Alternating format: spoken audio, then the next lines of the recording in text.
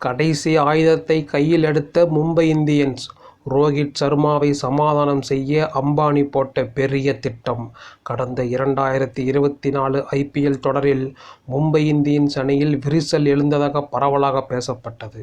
அந்த அணியின் மூத்த வீரரான ரோகித் சர்மா கேப்டன் பதவியை இழந்த நிலையில் 2025 ஐபிஎல் தொடரில் அவர் அந்த அணியில் இருந்து விலகும் மனநிலையில் இருப்பதாக கூறப்பட்டது.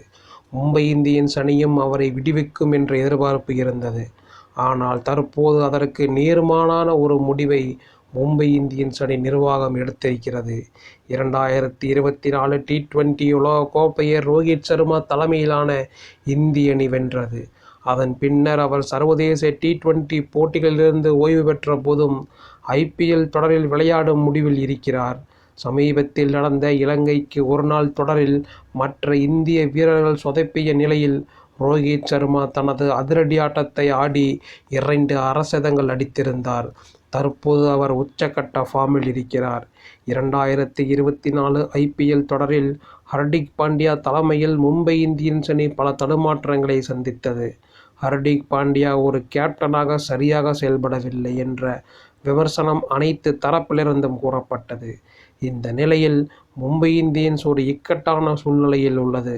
ரோகித் சர்மா போன்ற கோடிக்கணக்கான ரசிகர்களை கொண்ட ஒரு வீரரை அணியை விட்டு வெளியே அனுப்புவது அந்த அணிக்கு பின்னடைவாக மட்டுமே இருக்கும். மேலும் ஹர்திக் பாண்டியாவும் தனிப்பட்ட வாழ்வில் அழுத்தங்களை சந்தித்திருக்கிறார். இந்த நிலையில் அவர் 2025 ஐபிஎல் தொடரில் கேப்டனாக முழு வீச்சுடன் செயல்படுவாரா என்ற சந்தேகம் உள்ளது.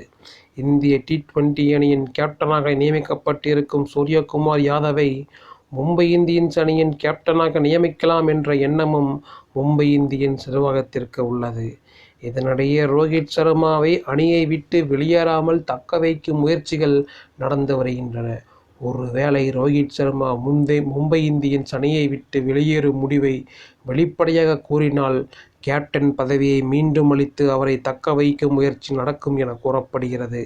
இதுவே மும்பை இந்தியன்ஸ் உரிமையாளரின் கடைசி ஆயுதமாக இருக்கும் எனவும் அந்த அணி வட்டாரத்திலிருந்து கூறப்படுகிறது.